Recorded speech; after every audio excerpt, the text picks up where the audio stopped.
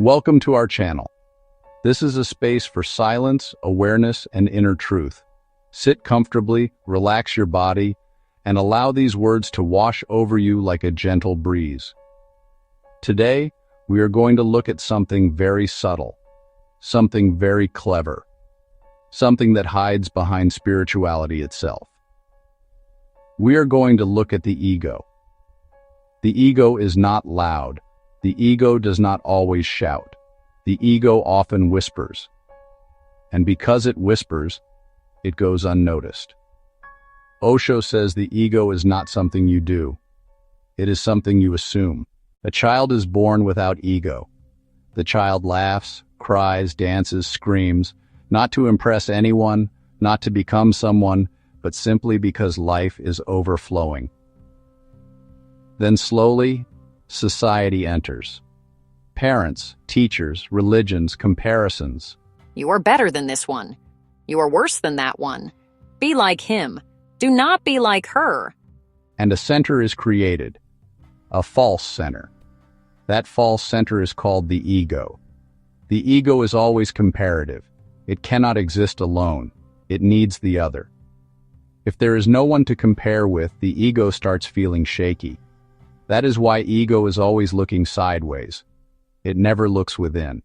The ego says, I am superior, or it says, I am inferior. But remember this deeply. Both superiority and inferiority are the same disease. The ego makes you fight. The ego makes you compete. The ego makes you want to win. But have you ever noticed? The moment you win, the joy disappears. Because ego is not interested in joy.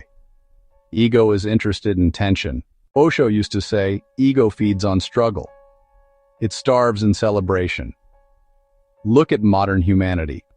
Always running, always chasing, always proving. Proving what? And to whom? The universe is not asking you to prove anything. A rose is not trying to be a lotus. A river is not trying to defeat the ocean. A star is not competing with the moon. Only the human being has forgotten how to be. The ego disconnects you from the universe. It creates a wall, and behind that wall, you feel lonely. That loneliness hurts. So you seek more ego, more success, more recognition. It becomes a vicious circle. The ego says, if I achieve this, I will be happy. If I become that, I will be fulfilled. But fulfillment never arrives. Because fulfillment is not a future event. Joy is not an achievement. Joy is your nature. The ego lives in time, past and future. But life lives only in the present. That is why the ego is always restless. Osho tells a story of a monk who lived in deep silence. People praised him, respected him. One day someone said, "You are the most humble monk in this monastery." And in that very moment, the monk lost his peace. Why? Because humility became an achievement. Ego entered through the back door. The ego is very clever.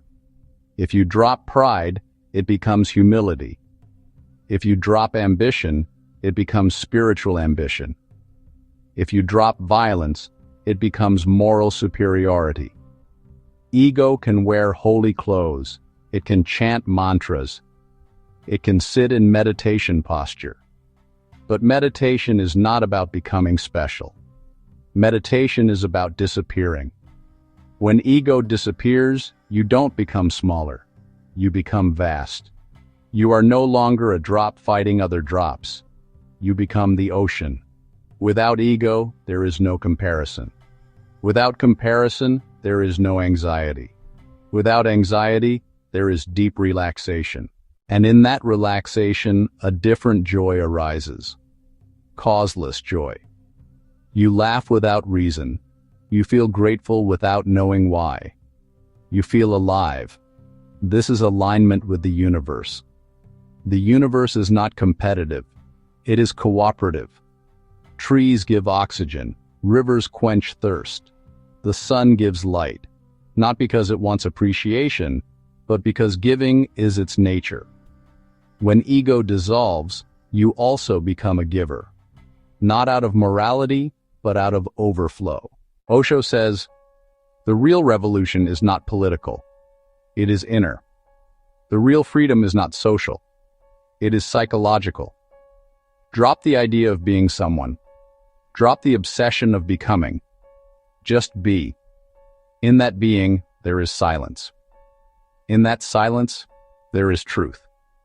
In that truth, there is immense joy. Sit silently for a moment. Do nothing. Expect nothing. Let the ego rest, and you will taste what life really is.